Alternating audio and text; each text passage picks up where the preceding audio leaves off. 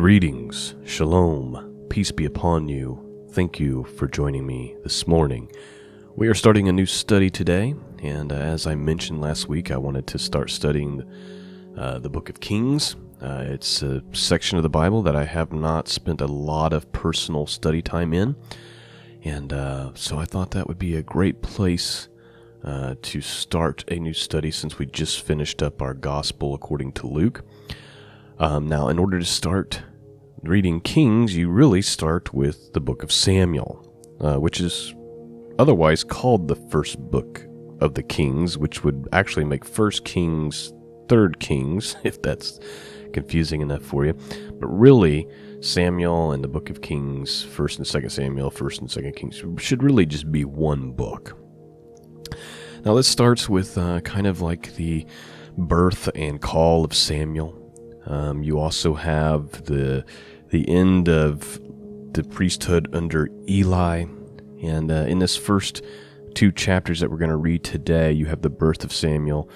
You have a little bit about Eli, and then you have the corruption of Eli's sons, who are in the priesthood, who are doing evil and corrupt things. You know, the book of Samuel takes you all the way through the call and death of King Saul. The call of David. It really covers about 115 year period of time. And so it's a lot of it's more of a historical book, but there's just so much for us to learn. It's going to take us a while to get through 1st and 2nd Samuel, 1st and 2nd Kings. I don't know how long.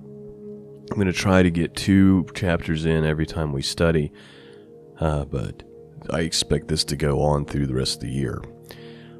But it should be a blessing to all of us. At some point, I'd like to figure out how to work in the Book of Gad, the ancient Book of Gad, that was put out by Ken Johnson, some manuscripts. It takes place during this time period, but we'll see how we can fit that in. I need to go back and restudy it again and kind of see where it fits. But so that's a possibility. But anyway, the important thing is that we're going to be studying 1st and 2nd Samuel for the current time period, and then hopefully 1st and 2nd Kings as well. So, without further delay, let's just dig right in. I'm going to read chapters 1 and 2 from the book of Samuel, the first book of Samuel, Samuel, and I hope that you're blessed by it this morning. King James Bible, of course. Let's begin.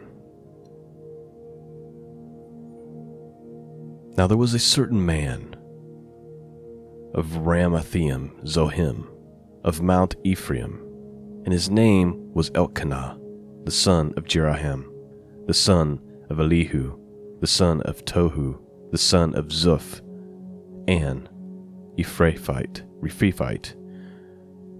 And he had 2 wives. The name of one was Hannah, the name of the other Peninnah. And Peninnah had children, but Hannah had no children. And this man went up out of the city yearly to worship and to sacrifice unto the Lord of hosts in Shiloh. And the 2 sons of Eli, Hophni and Phinehas, the priest of the Lord, were there.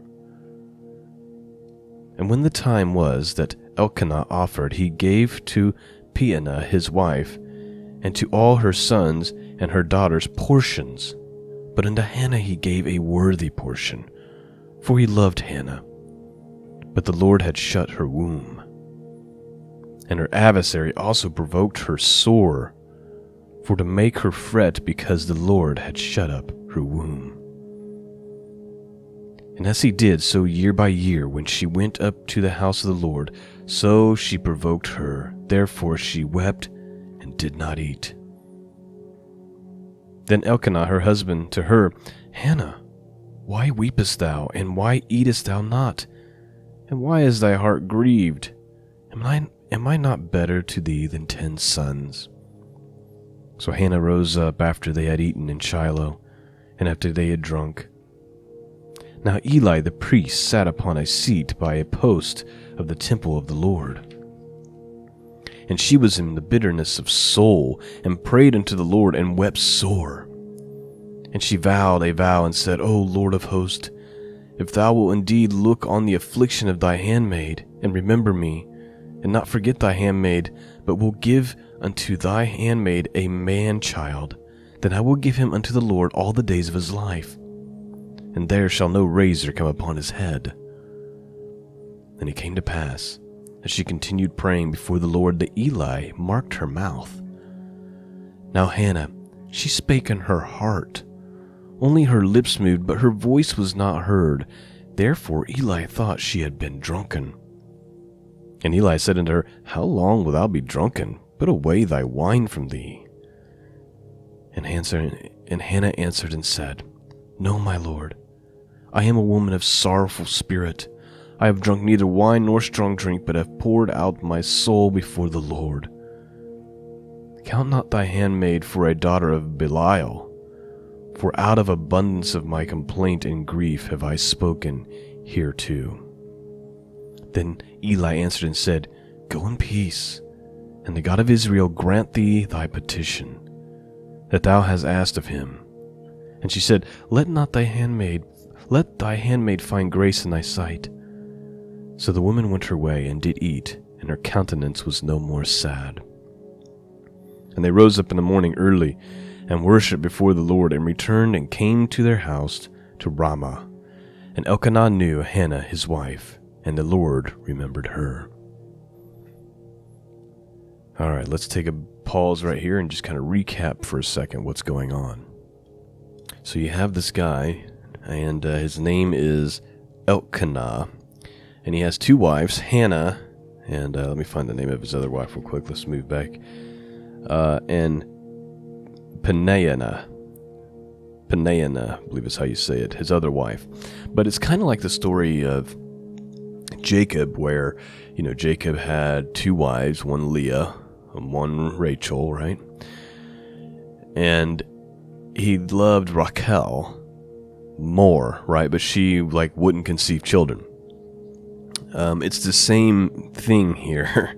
And, Elkanah, he has two wives, and he's giving out portions, of food, I'm guessing, to Peninnah and to his wife and to all her sons and daughters. But to Hannah he gave a worthy portion, it says. For he loved Hannah, but the Lord had shut up her womb. And also there's some adversary. It doesn't give us much detail, but it says, And her adversary also provoked her sore, for to make her fret, because the Lord had shut up her womb. So there's someone that's causing her grievance and pointing out the fact that she can't bear children. Because it says, And as he did so year by year, when she went up to the house of the Lord, so she provoked her, therefore she wept and did not eat. So she's not eating. There's this person there that's provoking her every time they go up there. They go up there yearly to do the sacrifice. And then she gets provoked about the fact that her womb has not been open. So she goes to go pray. And the priest Eli sees her and thinks she is drunk. Now, if you've ever wondered, when you're praying and you've just got your head bowed, maybe you're in a situation where we've all been there, where we're praying, but maybe we're in a crowd of people, or we're just in a situation where it's not appropriate to just start praying out loud, and so we pray within ourselves. Many of you understand what I'm talking about. You pray in your heart. And if you've ever wondered, does God hear those prayers that we say that are not audible? That we're not using our voice, but we're just praying within our heart and our soul. The answer is absolutely. God hears those prayers just like he hears an audible prayer. Because here we have Hannah. And it says, Now Hannah, she spake in her heart. Only her lips moved, but her voice was not heard. Therefore Eli thought she had been drunken. And Eli said unto her, How long wilt thou be drunk? Put away thy wine from thee. And Hannah answered and said, No, my lord, I am a woman of sorrowful spirit. I have drunk neither wine nor strong drink, but I have poured out my soul before the Lord. Count not thy handmaid for a daughter of Belial, for out of the abundance of my complaint the grief have I spoken hitherto. And then Eli answered and said, Go in peace, and the God of Israel grant thee thy petition that thou hast asked of him. And of course she finds grace in Eli's sight, and she's happy. She goes back. She actually eats her meal. And then it says that Elkanah knew Hannah and his wife, and the Lord remembered her. And now we get to the birth of Samuel. Let's continue on. Verse 20. Wherefore it came to pass, when the time was come about after Hannah had conceived, that she bare a son, and called his name Samuel, saying, Because I have asked him of the Lord. And the man Elkanah and his house went up to offer unto the Lord the yearly sacrifice and his vow. But Hannah went not up, for she said unto her husband, I will not go up until the child be weaned, and then I will bring him, that he may appear before the Lord, and there abide forever. Now if you remember, in Hannah's prayer, she said, if you will give me a man-child, I will give him back. And so she's telling her husband, I can't go up this year because the child is not weaned, and when I do go up, he goes there to be forever. That would be very, very difficult. You've longed for a child. You've wept. You've prayed in your heart in great sorrow year after year. You finally conceive, and now you've got to give the child up to the priesthood. I can't even imagine doing that. Verse 23, And Elkanah her husband said unto her, Do what seemeth thee good.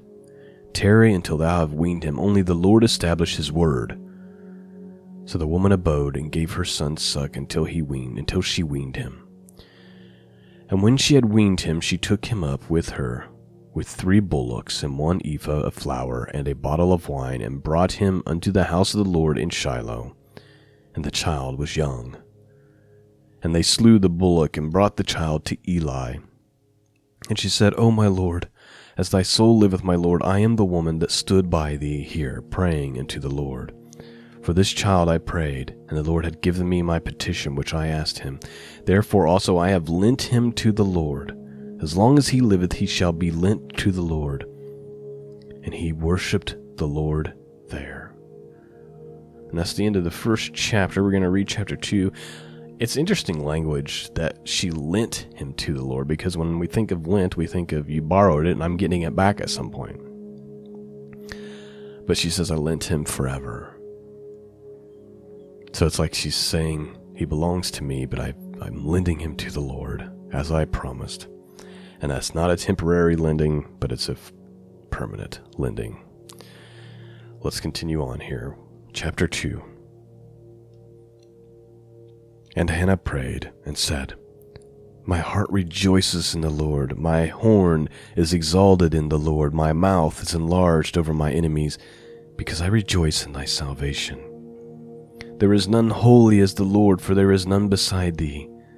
Neither is there any rock like our God. Talk no more so exceeding proudly. Let not arrogancy come out of your mouth. For the Lord is a God of knowledge, and by him actions are weighed. The bows of the mighty men are broken, and they that stumble are girded with strength. They that were full have hired out themselves for bread, and they that were hungry ceased. So that the barren hath borne 7, and she that hath many children is waxed feeble. The Lord killeth and maketh alive. He bringeth down to the grave and bringeth up. The Lord maketh poor and maketh the rich. He bringeth low and lifteth up. He raises up the poor out of the dust, and lifteth up the beggar from the dunghill, to set them among princes, and to make them inherit the throne of glory. For the pillars of the earth are the Lord's, and he hath set the world upon them. He will keep the feet of his saints, and the wicked shall be silent in darkness, for by strength shall no man prevail. The adversaries of the Lord shall be broken to pieces. Out of heaven shall he thunder upon them. The Lord shall judge the ends of the earth, and he shall give strength unto his king, and exalt the horn of his anointed. And Elkanah went to Ramah, to his house, and the child did minister unto the Lord before Eli the priest. Now, The sons of Eli were the sons of Belial. They knew not the Lord. Okay, here you have Eli the priest. You know, the scriptures, we've seen it in the Proverbs, and I don't have them pulled up in front of me right now, but over and over we've seen the Proverbs where, like, wicked children are like a curse unto their parents. Here we have Eli the priest, seemingly an upright man, but his two children, it says, his two sons. Now the sons of Eli were the sons of Belial. They knew not the Lord. Now, when the scriptures talk about Belial, mostly what it's saying is when it says that they are a son of Belial, it means a son of wickedness, a son of evilness. In fact, the number one definition is worthlessness, unprofitable, ruin, destruction, without profit. It's evil, naughty, ungodly, wicked. That's how you see it translated, or that's how you see it used in the Bible. And of course, it has kind of like a false god worship attachment to it also. It's in the Bible 27 times. In 2 Corinthians it says, "And what concord hath Christ with Belial? Or what part hath he that believeth with an infidel?" Belial is used several times in the book of Kings, several times here in the book of Samuel. It's used in Deuteronomy. Deuteronomy says, "Certain men, the children of Belial, are gone out from among you, and have withdrawn into the habitations of their city, saying, Let us go and serve other gods, which ye have not known." So it's kind of like that false god worship type of mindset. Hosea, a popular verse, says, "My people are destroyed for a lack of knowledge." Right? Many of us have heard that and talked about that. It goes on to say, "Because they that have rejected knowledge, I will also reject thee, that thou shalt be no priest to me. Seeing that thou hast forgotten the law of thy God, I will also forget thy children. As they were increased, so they sinned against me. Therefore I will change their glory into shame. They eat up the sin of my people, and they set their heart to iniquity. And there shall be like people like priests, and I will punish them for their ways and reward them for their doings." That's a verse that really describes like sons specifically who go in the way of wickedness. And so that's what we're dealing with here. We have the priest, but his sons are sons of Belial. They're sons of wickedness. They know not Yehovah. Let's continue. Verse 13. "And the priest's custom with the people was that when any man offered sacrifice, the priest's servant came while the flesh was in seething, with a flesh hook of 3 teeth in his hand, and he struck it into the pan or the kettle or the cauldron or pot. All that the flesh hook brought up the priest took for himself. And they did it in Shiloh unto all the Israelites that came thither. Also before they burnt the fat, the priest's servant came and said to the man that sacrificed, Give flesh to roast for the priest, for he will not have sodden flesh of thee, but raw. And if any man said unto him, Let them not fail to burn the fat presently, and then take as much as the soul desireth, then he would answer him, Nay, but thou shalt give it to me now, and if not, I will take it by force. Wherefore the sin of the young men was very great before the Lord, for men abhorred the offering of the Lord. So these two boys, they made it to a point where people didn't even want to come do the offerings because of all the corruption that was involved with these sons when it came to how those things went down. And so they became a stench in the nose of the Lord, right? It says, Wherefore the sin of the young men was very great before the Lord, for the men abhorred the offering of the Lord. Verse 18. But Samuel ministered before the Lord, being a child, girded with linen ephod. Moreover, his mother made him a little coat, and brought it to him from year to year when she came up with her husband to offer the yearly sacrifice.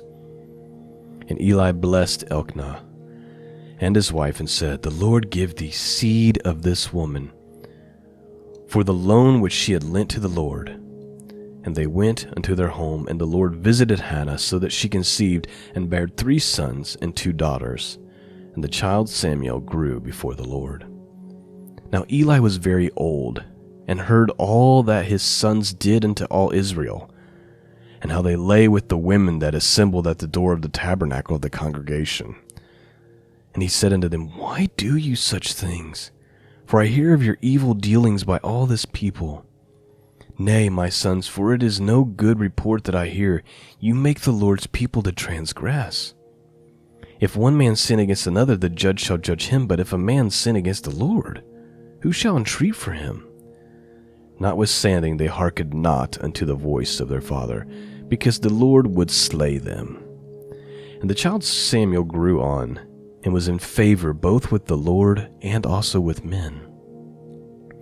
And there came a man of God unto Eli, and said unto him, Thus saith the Lord, Did I plainly appear unto thee in the house of thy father when they were in Egypt in Pharaoh's house? And did I choose him out of all the tribes of Israel to be my priest, to offer upon my altar, to burn incense, to wear the ephod before me? And did I give unto the house of thy father all the offerings made by fire of the children of Israel? Wherefore, kick ye at my sacrifice and at my offering which I have commanded in my habitation, and honorest thy sons above me, to make yourselves fat with the chiefest of all the offerings of Israel my people? Wherefore the Lord God of Israel saith, I said indeed that thy house and the house of thy father should walk before me forever. But now, the Lord saith, Be it far from me. For them that honoreth me will I honor, and they that despise me shall be lightly esteemed. Behold, the days come, that I will cut off thy arm, and the arm of thy father's house, that there shall not be an old man in thy house. And thou shalt see an enemy in my habitation, and all the wealth which God shall give Israel. And there shall not be an old man in thy house forever. And the man of thine, whom I shall not cut off from my altar, shall be to consume thine eyes, and to grieve thy heart. And all the increase of thy house shall die in the flower of their age. So basically this prophet's come to Eli and said, Look, you have loved your sons above God, allowing them to do all this evil.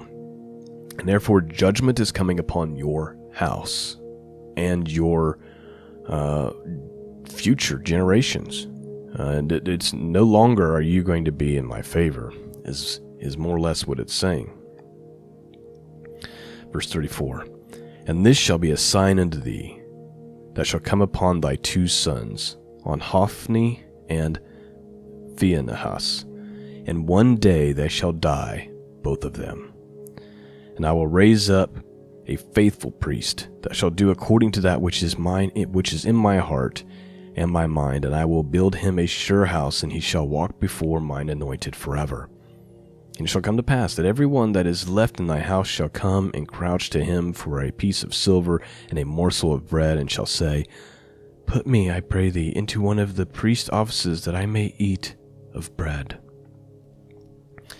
That is the end of chapter 1 and 2 in our study in the book of 1 Samuel.